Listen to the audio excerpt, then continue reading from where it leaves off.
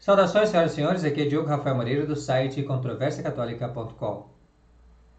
Lá durante o século XIX e no começo do século XX, os modernistas e liberais usavam argumentos no sentido de defender a sua liberdade teológica em face do magistério da Igreja, ou seja, do ensinamento do Papa e dos bispos.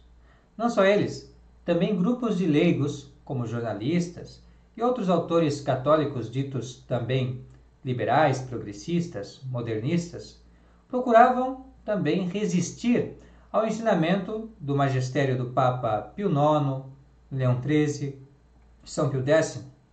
E eles o faziam da seguinte maneira: eles diziam, aquilo que não é infalível, eu não devo seguir. Eu tenho uma certa autonomia com relação àquela direção que a igreja está querendo dar para as coisas. Eu sei melhor, eu tenho uma mentalidade madura, eu sei o que realmente ensina a tradição. Eu estou confinando isto ao século XIX e XX, mas é claro, se nós queremos procurar, nós sempre vamos achar os hereges defendendo a sua liberdade de pensamento sobre o ensinamento oficial da igreja. Isso já começou de uma maneira mais generalizada com o protestantismo. Martinho Lutero foi o primeiro a erguer a voz da sua liberdade de consciência sobre a autoridade da igreja. Essa é uma forma de pensar e ver as coisas essencialmente herética e liberal. E, no entanto, é justamente esta maneira de ver as coisas que grupos como o Centro Dom Bosco colocam como uma prerrogativa dos fiéis. Eles dizem que é a missão, é um dever até, do leigo erguer a sua voz publicamente contra aquilo que ensinam e aquilo que praticam e aquilo que mandam fazer os bispos e os papas nesta época, como eles colocam, de crise na igreja, em que nós temos a hierarquia da igreja ensinando, praticando, mandando fazer coisas contrárias à tradição católica. Em vez de eles chegarem à lógica conclusão que essas pessoas, esta hierarquia, professa uma outra religião, tem outra mentalidade, outra maneira de ver o mundo que aquela que tinham os católicos antes, eles na realidade dizem não, na verdade somos da mesma religião, eles têm autoridade, realmente nós os reconhecemos como os nossos pais e os nossos mestres na fé, pois é por isso que nós os chamamos de papas e de bispos. No entanto, nós temos o direito de resistir. E é defendendo esse direito de resistência que eles vão tentar procurar precedentes históricos para a sua atitude. Porque se eles forem procurar na doutrina estabelecida pela igreja, eles vão encontrar uma grande barreira, porque o que eles fazem hoje é justamente aquilo que foi condenado pela igreja no passado. Eu posso citar para você, simplesmente para que tenha uma noção, alguma referência de documentos, o Sílabus, no seu número 22. Ali se afirma claramente que é condenado defender que somente aquilo que é infalível, o que deve ser crido, e que as coisas não infalíveis, então nós somos livres para dissertar ou pensar, dissentir, enfim, do que propõe o magistério da igreja. Ou seja, Sílabus 22, ali você vê condenada essa afirmação de que eu só tenho que seguir o ex-cátedra. Também um outro documento que tenho traduzido no Controvérsia Católica, é um documento do magistério do Papa Leão XIII, chamado Epístola Tua, na qual ele fala que na igreja existe uma diferença entre aqueles que ensinam e aqueles que são os simples fiéis, aqueles que aprendem. E isso deve ser respeitado, não podendo o leigo colocar-se como um mestre, um porta-voz, ou começar a julgar e examinar as atitudes do Papa e dos bispos. Também você encontra no número 20 da encíclica Humani Generis a afirmação de que não somente aquilo que é infalível, mas também o que a igreja ensina em seu magistério ordinário, nas encíclicas, por exemplo, é algo que deve ser acolhido pelos fiéis, pelos leigos, como aquilo que disse Nosso Senhor em Lucas capítulo 10, versículo 16. Quem vos ouve, a mim ouve. Então deve haver esta submissão da parte do leigo. Claro que os nossos amigos do Centro Dom Bosco também entendem isso. De vez em quando, eles falam sobre essa questão. Sobretudo quando se trata de atacar as pessoas como eu, que dizem que os modernistas são realmente hereges. Aí eles são obrigados a ceder e falam que nós precisamos ter uma filial submissão à autoridade na igreja. É o que você encontra, por exemplo, na nota 1538, da tradução que eles fizeram e publicaram recentemente, da obra De Romano Pontifice, de São Roberto Bellarmino. Ou melhor, dos dois primeiros livros deste tratado, do Tratado De Romano Pontifice, que constitui parte de uma obra maior de São Roberto, Disputationes de Controversiis Christianae Fidei, contra os tempores heréticos. Então, este é o livro que eles traduziram, penso que ficou como Disputas sobre a Fé Cristã, algo assim. Eu não sei porque evitaram o termo controvérsia, que eu gosto tanto, mas bem, paciência, não colocaram, né? Disputações sobre as controvérsias da fé cristã contra os hereges deste tempo, que é o título traduzido na íntegra e literalmente.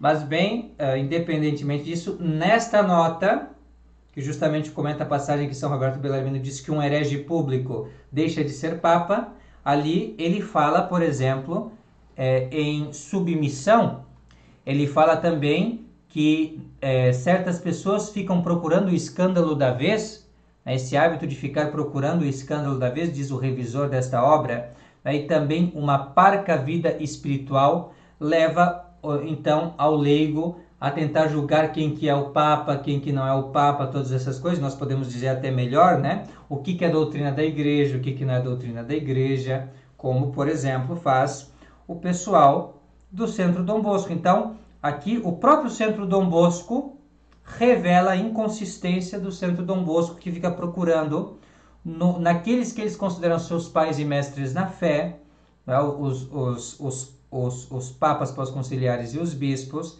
Neles eles ficam procurando, então, o escândalo da vez, como a questão da CNBB, né, e todos esses escândalos que aparecem, aliado aqui se fala em uma parca vida espiritual, e o fato do leigo, então, procurar tomar o lugar daqueles que ele chama de autoridade. Olha que interessante, ele fala que é necessário, quanto a esse ponto, pôr-se em filial submissão e confiança em Deus, tendo em mente não mais do que compete ao próprio estado de vida. E no caso leigo, por exemplo, o que compete a ele é obedecer. Compete-lhe a seguir a orientação que lhe dá os seus bons pastores. A ovelha cabe isto, não é mesmo? Cabe ser orientada, ser instruída, ser apacentada pelo bom pastor. E ela conhece a voz desse bom pastor e o segue. Conhece a minha voz, não é? É assim que diz nosso Senhor. Então seria esse o caminho, se eles quiserem ser consistentes. O problema é que eles não são, e assim nós vamos ver, por exemplo, eles atacando essa noção de que o leigo deve ser leigo. Eles falam na realidade que o leigo ele deve ser um São Paulo. Então ele deve ser como o apóstolo São Paulo, erguendo sua voz contra São Pedro. E é isso que nós vamos ver, inclusive, numa publicação do dia 20 de outubro, onde eles vão, na realidade, recortar o trecho de uma entrevista maior com o senhor Sidney Silveira, do qual ele fala sobre o papel do leigo, então, como uma pessoa que resiste ao magistério, que resiste ao Papa, que resiste aos bispos, que ele reconhece como sua autoridade. Talvez seria interessante a cada um aqui ver realmente o que ele diz nessa entrevista, até para nós contextualizarmos o que iremos discutir nesse vídeo aqui. Então acompanhe comigo. Como leigo católico, eu aprendi com Santo Tomás que não é nenhum pecado, quando é necessário defender a fé, nós contrariarmos às vezes uma autoridade eclesiástica que, digamos assim, não cumpre com o seu dever. O primeiro concílio de Jerusalém, citado por Santo Tomás no De Veritate, é para nós um modelo. São Paulo, que não era um dos 12, chamou São Pedro, né, em facie, né, em rosto, porque São Pedro no primeiro concílio estava tendendo para uma heresia judaizante. Então, isto não é para causar escândalo. O politicamente correto, que provém também de ideologias que se inocularam na igreja, ele plantou a ideia entre católicos de que ninguém pode falar um ai de uma autoridade, mesmo que ela diga a maior barbaridade. Então, como você vê, o grande argumento que ele utiliza é um argumento de caráter histórico, até porque, como você pode ver, é difícil justificar isso do ponto de vista da doutrina católica, essa atitude de rebelião e de autonomia do leigo com relação ao ensino e às ordens dadas pelo magistério da igreja, pelo Papa e pelos bispos. Então, ele fala daquela questão de São Paulo que resiste a São Pedro.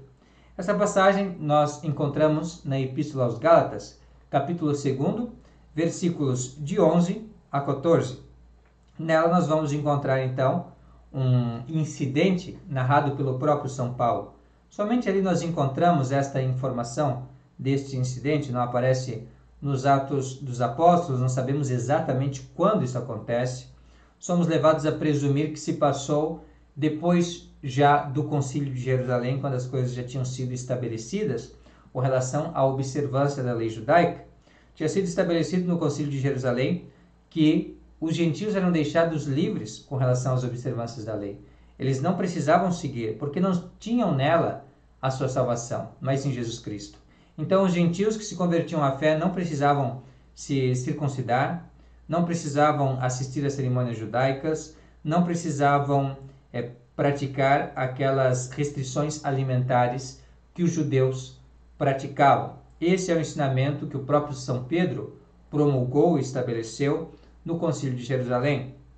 Porém, narra São Paulo, nesta passagem, que São Pedro, estando em Antioquia, até antes de virem alguns que estavam com Tiago, ele simplesmente não observava, simplesmente estava com os gentios, comia com os gentios e não observava as práticas judaicas. Porém, quando vieram alguns fiéis da parte de Tiago, vindo de Jerusalém, onde se observava piamente, porque eram pessoas que vinham do judaísmo e que também tinham certa liberdade no sentido de seguir aqueles preceitos que tinham recebido dos seus pais, então São Pedro simplesmente começou então a dar-lhes atenção e a seguir com eles os preceitos da lei judaica. Essa mudança de conduta da parte de São Pedro fez com que muitas pessoas, também nascidos judeus dali, começassem a seguir o seu exemplo. E com isso aconteceu que São Paulo percebeu haver um risco de os gentios também pensarem que estavam obrigados àquilo que o próprio Concílio de Jerusalém lhes havia desobrigado. Portanto, São Pedro foi repreendido por São Paulo. São Paulo ergue sua voz publicamente, francamente lhe resiste, dizendo que ele que vive como um gentil está agora querendo que os gentios vivam como judeus. Isso não faz o menor sentido, é um argumento irrefutável de São Paulo e, pelo que nos dá a entender toda a passagem, São Pedro acolhe com humildade essa correção da parte de São Paulo. Então, esta é uma passagem que nos ensina, de um lado, uma certa liberdade da parte de São Paulo em corrigir uma má conduta de São Pedro, e de outro lado, nós vemos da parte de São Pedro um superior, como era ele, uma humildade e paciência em sofrer a crítica da parte de São Paulo. Agora, se nós queremos entender bem esta passagem realmente, se ela dá ao pessoal do reconhecer e resistir, o direito, a autonomia, a liberdade para se levantar publicamente contra os seus superiores eclesiásticos, vamos fazer aqui alguns apontamentos. Primeiramente, é bom notar que o nosso problema aqui, ele não é um problema de má doutrina ou de uma má disciplina moral, enfim, alguma coisa que eles estão dizendo que é contra o Evangelho. São Pedro tenha dito alguma coisa contra o Evangelho? Não. São Pedro, na verdade, simplesmente agiu de uma maneira não muito adequada, que poderia ser mal compreendida pelos gentios. Então ele foi advertido por uma má conduta, por um escândalo, que poderia servir, a atitude dele poderia servir de tropeço para aqueles fiéis gentios que não estavam obrigados, nem deveriam, seguir as leis de Moisés. No entanto, não se trata de má doutrina. Como já ficou claro pelo próprio contexto que eu dei, São Pedro ensinou a doutrina verdadeira de que a lei de Moisés não vale mais. sobretudo para os gentios, embora ela pudesse ser observada, como nós vamos ver daqui a pouco, da parte daqueles que vinham do judaísmo, ela não era obrigatória, nem deveria ser seguida pelos gentios, porque nós temos a nossa salvação em nosso Senhor Jesus Cristo. Mas existem alguns atenuantes aqui que nós devemos levar em consideração. O primeiro é que até a destruição do Templo de Jerusalém, realmente os judeus tinham esta liberdade de praticar a lei judaica e São Pedro estava incluído. Ele podia fazer as práticas judaicas com os judeus, sem problema nenhum, como uma espécie de sepultamento digno da lei de Moisés, que já não salvava, é verdade, não era mais um meio de salvação como foi até a morte de nosso Senhor Jesus Cristo, mas, ao mesmo tempo, era uma tradição dos pais, teve o seu valor e que só iria realmente ser completamente proibida, eclipsada, totalmente destruída, quando houvesse a destruição do Templo de Jerusalém e da própria cidade de Jerusalém em 70 depois de Cristo, quando o Evangelho estaria então totalmente promulgado. Então, houve 3 períodos, um período em que vigorava a lei de Moisés, depois um período de transição, que é esse em que estão São Pedro e São Paulo, e depois, dos anos 70 para frente, um período onde vale apenas a lei do Evangelho, a lei da sinagoga se torna pecaminosa se for praticada. Então, essa nuance é importante para nós entendermos que São Pedro não fez nada de ilícito em si mesmo. As circunstâncias que tornaram a sua atitude perigosa, mas ele mesmo fez algo que estava na sua liberdade de cristão, ele podia praticar isso em memória dos seus pais, em memória da lei, enfim, sem problema nenhum, com os judeus também vindos de Jerusalém.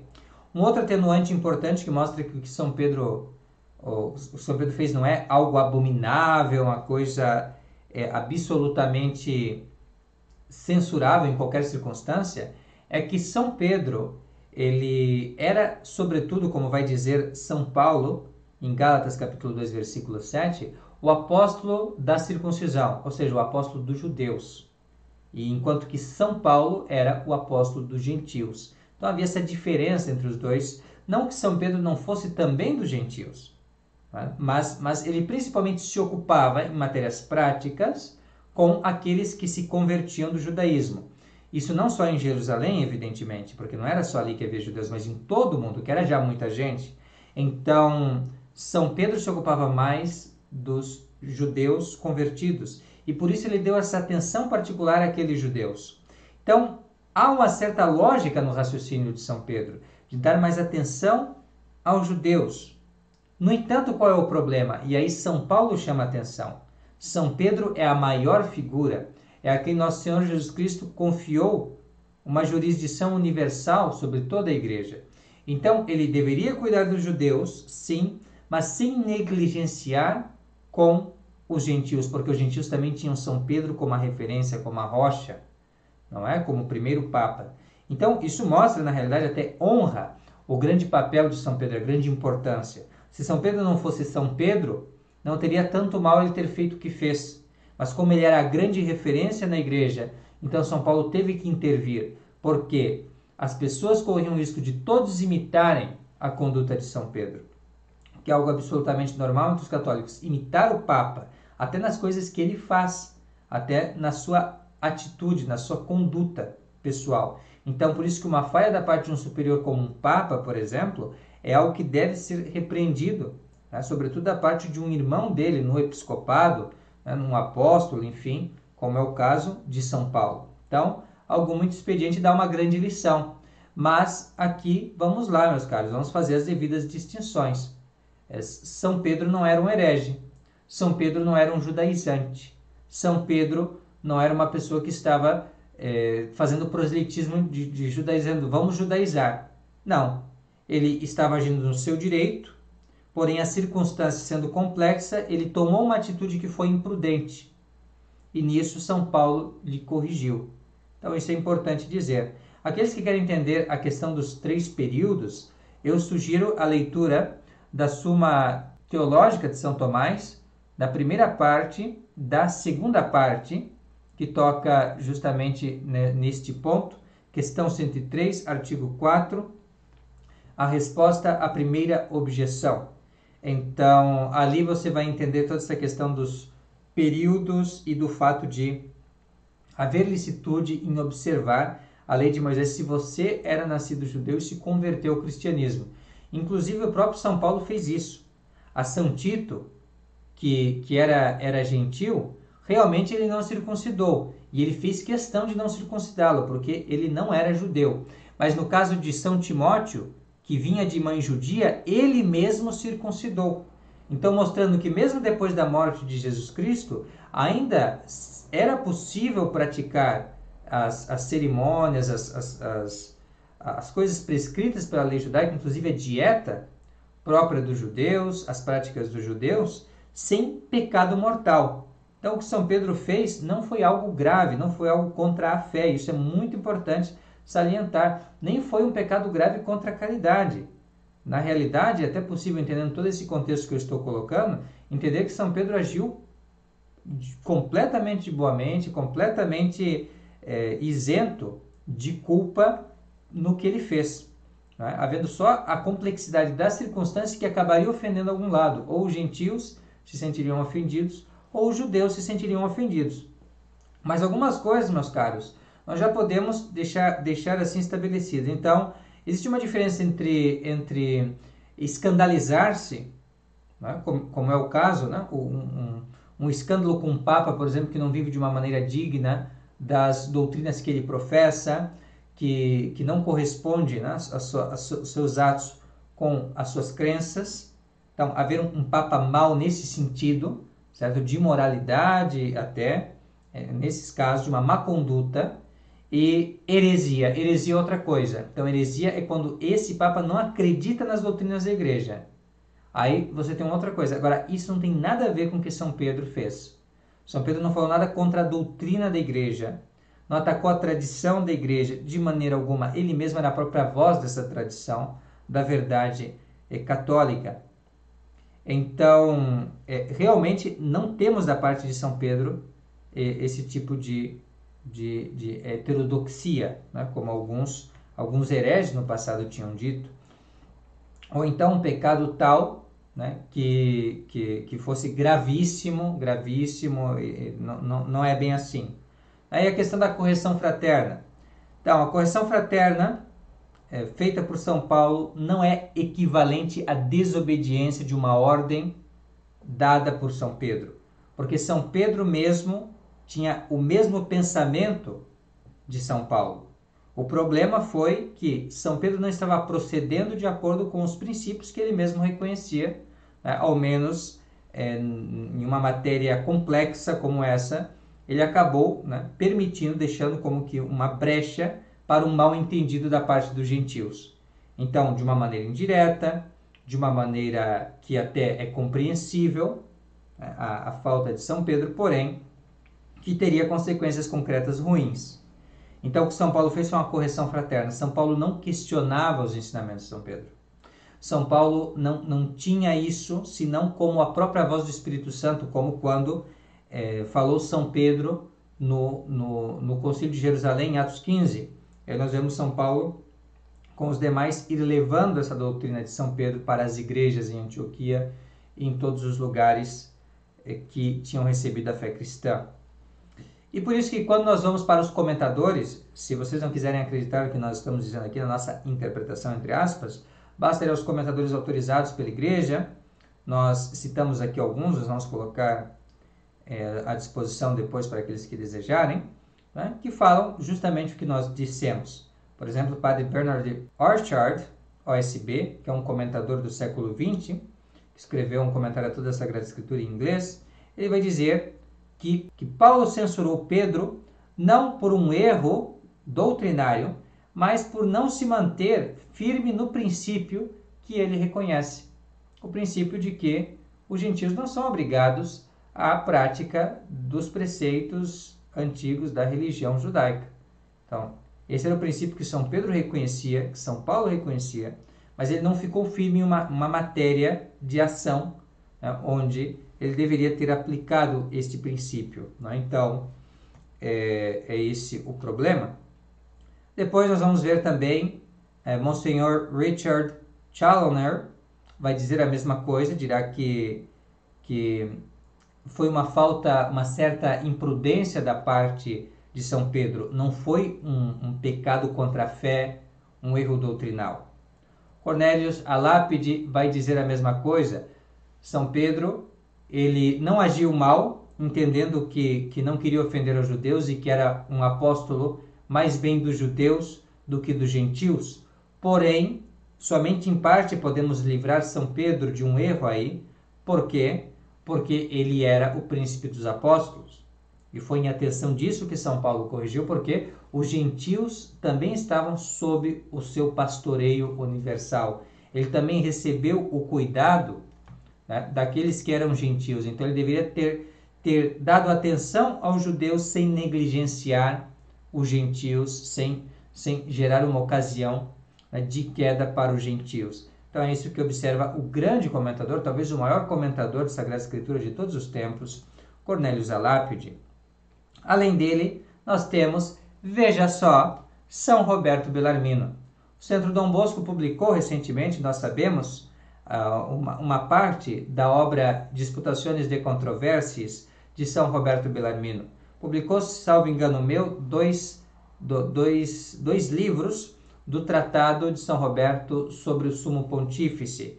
E assim, então, ali ele já tem alguma pista sobre a questão da passagem de Gálatas, capítulo 2, versículos 11 a 14.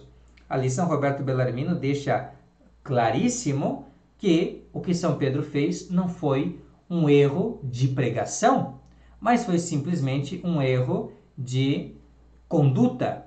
Então, um erro simplesmente de conduta da parte dele. Mas um erro até que nós podemos compreender por todas as circunstâncias. No entanto, é sabido que quando se imputa em São Pedro um erro nesta matéria, deve-se deixar claro, foi um erro de conduta apenas, que qualquer um pode cometer, até uma pessoa de boa fé pode acabar cometendo em uma situação complexa como essa, mas isso não compromete o magistério de São Pedro, que é um magistério são, como nós vemos em Atos 15. Essa passagem eu retiro de uma parte que ainda não foi publicada pelo Centro Dom Bosco, mas que nós conhecemos porque apreciamos a obra de São Roberto Bellarmino há muito tempo. Então, isso está no livro 4º, capítulo 8º. Porém, nesse mesmo livro 4º, capítulo 8º, em que São Roberto Bellarmino faz essa observação, ele vai remeter para aquilo que dissemos acima, no capítulo 28 do livro 1º. E este capítulo 28 do livro 1º, o Centro Dom Bosco já publicou em português e eles já deveriam saber o que ensinou o doutor das controvérsias, o grande doutor sobre a questão do papado e da igreja, com relação à questão dos Gálatas, né, do incidente na Epístola aos Gálatas, de São Paulo resistindo a São Pedro. O que ensina ele ali? Primeira coisa, primeira grande lição do doutor das controvérsias. Olha, quem costuma dizer que o pecado de São Pedro foi gravíssimo, foi algo insuportável contra a fé, foi um grande deslize, estes são os hereges. Aqueles lá que São Roberto Bellarmino está condenando são os centuriadores de Marburgo, que são historiadores protestantes, muito parecido com o pessoal do Centro Dom Bosco. Eles viram que eles tinham uma dificuldade de combater o catolicismo no terreno da doutrina. Então, o que eles fizeram? Foram tentar achar precedentes doutrinais para suas heresias protestantes. E olha só, não é que eles acharam na Epístola aos Gálatas, capítulo 2, versículo 11 a 14, justamente um tal precedente para a sua desobediência ao Romano Pontífice? Pois é. Mas antes deles ainda, lembra São Roberto Bellarmino no capítulo 28 do livro 1º, antes já tiveram outros ancestrais, os seus maiores, de São Roberto, de uma maneira irônica. Quem são os maiores dos protestantes de Marburgo, centuriadores e, de uma certa maneira, do Centro Dom Bosco? O heresiarca Marcião e Juliano o Apóstata, ambos rebatidos por padres da igreja. No caso de Marcião, rebatido por Tertuliano. No caso de Juliano o Apóstata, rebatido pelo célebre São Cirilo de Alexandria. Então, todos eles com as suas calúnias contra São Pedro, todos foram condenados por grandes autores cristãos. Então isso observa São Roberto Bellarmino, e é muito interessante essa passagem, e depois ele vai lembrar que para os padres gregos, ou seja, vamos aqui para o que ensina a tradição sobre essa passagem, para os padres gregos e também com eles São Jerônimo, São Pedro não teria nem cometido pecado algum no que fez. E teria sido mais uma espécie de acordo entre São Pedro e São Paulo no sentido de demonstrar, veja que interessante, de demonstrar que os gentios não deveriam dar atenção para a observância das leis judaicas. O problema é que essa interpretação foi muito criticada por Santo Agostinho por poder dar a entender que a Sagrada Escritura oferece um endosso à dissimulação, né, que não é uma coisa idônea, não a dissimulação no sentido de, por exemplo, fingir praticar a lei judaica, mas a dissimulação no sentido de o apóstolo São Paulo está dizendo que São Pedro realmente errou e na verdade ele não ter errado, ele está agindo de comum acordo com São Paulo no sentido de dar uma lição de moral aos judeus vindo de Jerusalém, que era mais ou menos a interpretação um tanto peculiar de São Jerônimo e desses padres gregos. Então, na realidade, a posição mais comum entre os autores católicos hoje em dia é justamente aquela de Santo Agostinho, que houve realmente uma queda da parte de São Pedro, no sentido de uma má conduta, no sentido de um verdadeiro escândalo, e que São Paulo realmente o repreendeu por um escândalo, mas que, e aí observa São Roberto Bellarmino, isso não teria sido mais do que um pecado venial. São Tomás irá corroborar com isso, se nós lemos São Tomás, ele vai dizer que os apóstolos, depois de Pentecostes, foram protegidos de uma maneira que jamais cometeram um pecado mortal. E se cometeram algum pecado, teria sido um pecado venial. Mas a parte desse aporte teórico vindo do Akinati, nós temos também que realmente, se olharmos o contexto e as circunstâncias, vamos ver que se houve um pecado, foi um pecado venial e, como diz o próprio São Roberto Bellarmino, levíssimo. Ou então, foi simplesmente um pecado materialmente, que não teve culpa nenhuma da parte de São Pedro, porque ele agiu simplesmente de boa fé, né, com todo bom ânimo e em ignorância das consequências ruins que poderia ter a sua atitude, que, como nós vimos, foi até bastante legítima dadas as circunstâncias de então. Então, meus caros, esse é o ensinamento de São Roberto Bellarmino. Portanto, se vocês vão buscar resistir a Francisco e aos bispos modernistas com base nesta atitude de São Paulo, vocês não vão ter amparo nenhum, porque São Paulo simplesmente resistiu a uma conduta hipócrita de São Pedro, mas não ao ensinamento de São Pedro, não a uma prática que São Pedro mandou as pessoas observarem. Não foi a isso que ele resistiu. Pelo contrário, ao que São Pedro mandou e ao que São Pedro ensinou, São Paulo estava completamente de acordo. Então não tem respaldo nenhum aqui. E se nós formos olhar para a nossa realidade concreta agora, as nossas circunstâncias, vamos olhar para elas, nós vamos ver que quando o Centro Dom Bosco faz algum protesto contra os bispos da CNBB, ou então não obedece a alguma diretriz de Francisco, como o que ele ensina na Fratelli Tutti, que é uma encíclica, ou então o que está na Laudato Si, ou enfim nos sínodos, etc. Eles fazem isso porque a doutrina é ruim, porque o ensinamento é ruim, porque a ordem é má.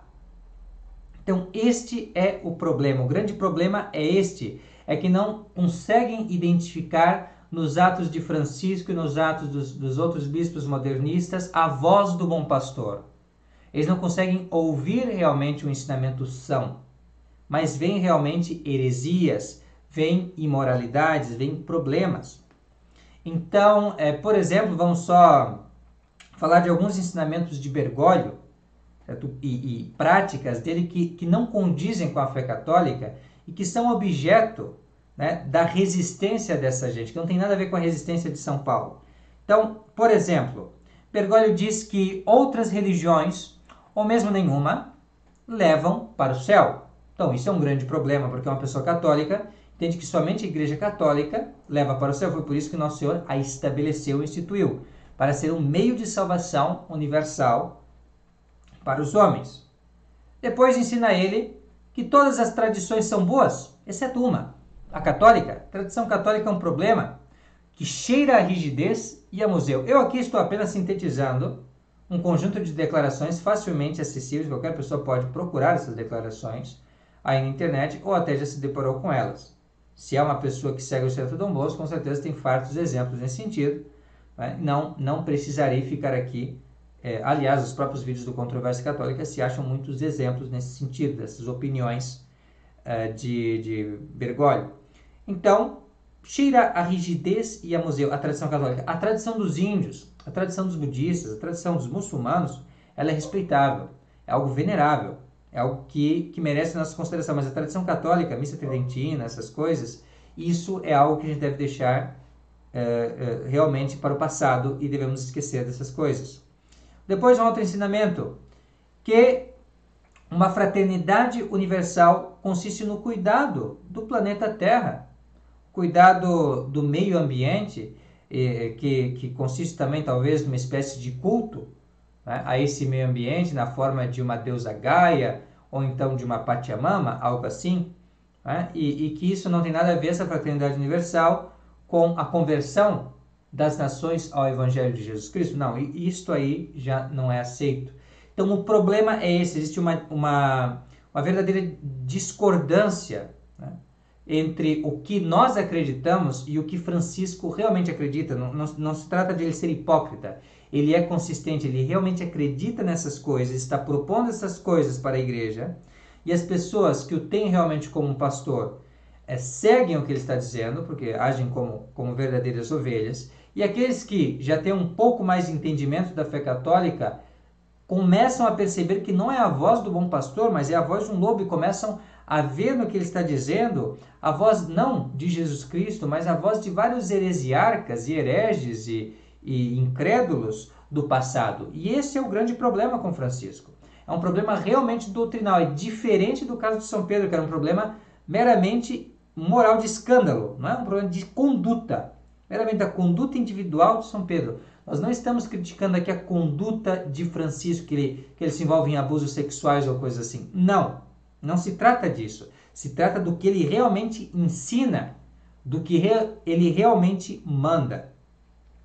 E o que diz Francisco, na verdade, é um simples reflexo de um programa que foi estabelecido pelos progressistas, liberais e modernistas nos anos 60, o chamado Concílio Vaticano II.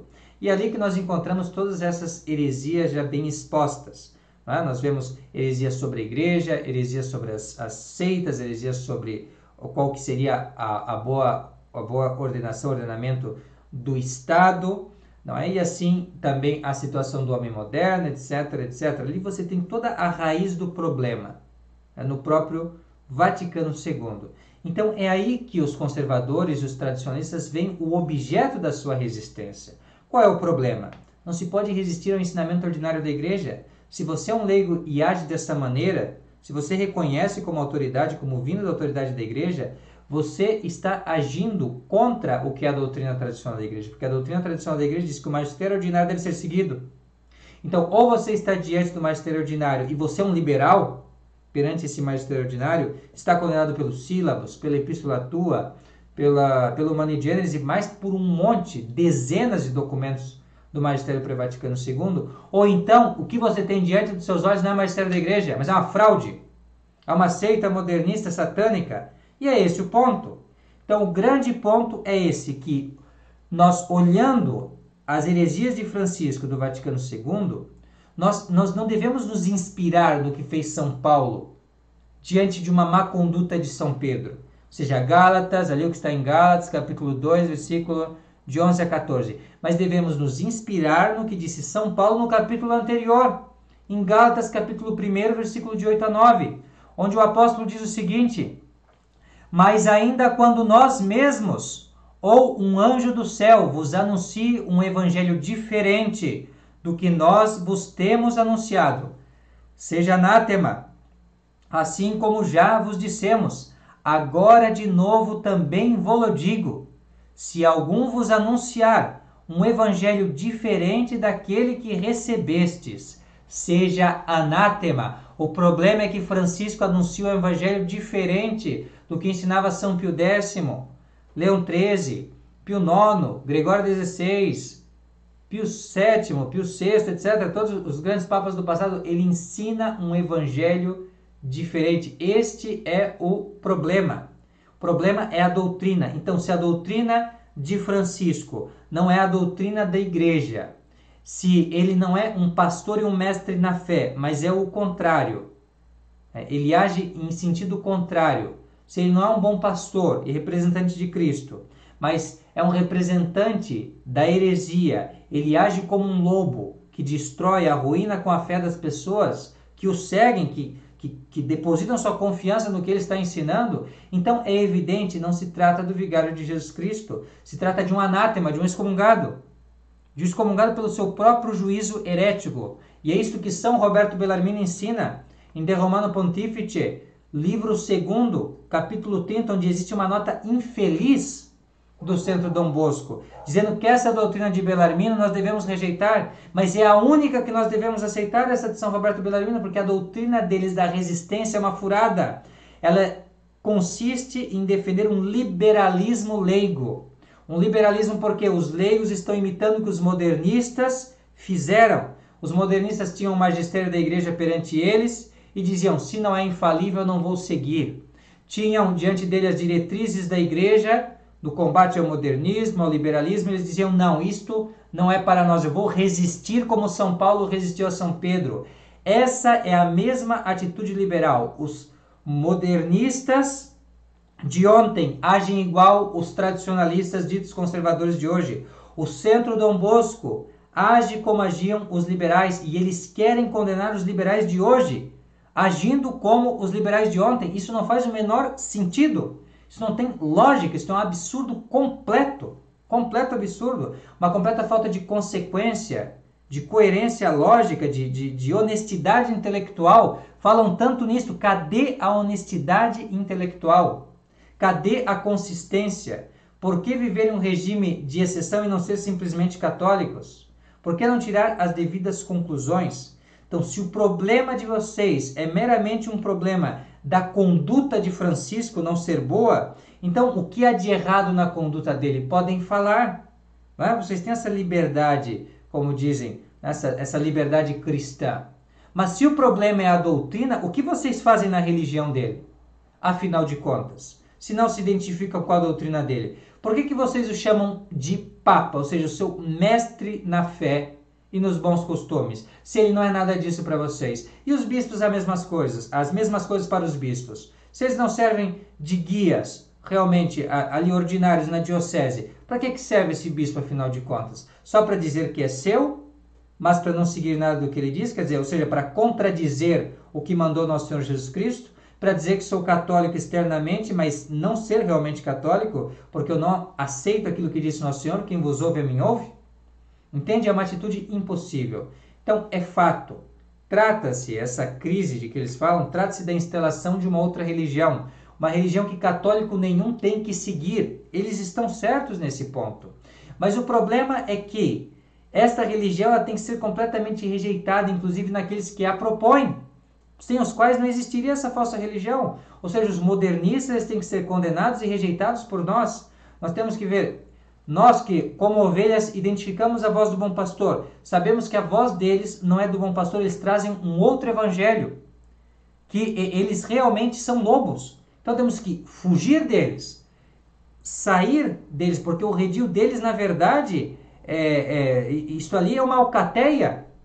Não se trata de um lugar seguro, um redil de Nosso Senhor, mas de uma alcateia de lobos. Então, nós devemos sair dali e nos juntar a verdadeiros católicos, e ali nós vamos ter verdadeiros sacerdotes, verdadeiros bispos, e ali existe realmente o regime da Igreja Católica. É ali, agora, não nesse faz de contas, em que você finge que é católico, mas na verdade é um liberal, né? Que é o que essa gente faz. Então, vamos lá, vamos procurar ter consistência, vamos procurar seguir o que ensina o magistério da igreja, vamos tentar levar a sério as coisas que traduzimos também. Né? Então, o que São Roberto Bellarmino disse não é para enfeite, né? Não é só para ostentar alguma coisa, ser um medalhão, mas é para ser levado a sério. Ele não foi elevado como doutor da igreja por acaso, ele não foi aceito, tido como a grande referência no Concílio do Vaticano, ao Concílio Vaticano I, como dizem, por acaso. Então, deve ser estudado e deve ser seguido.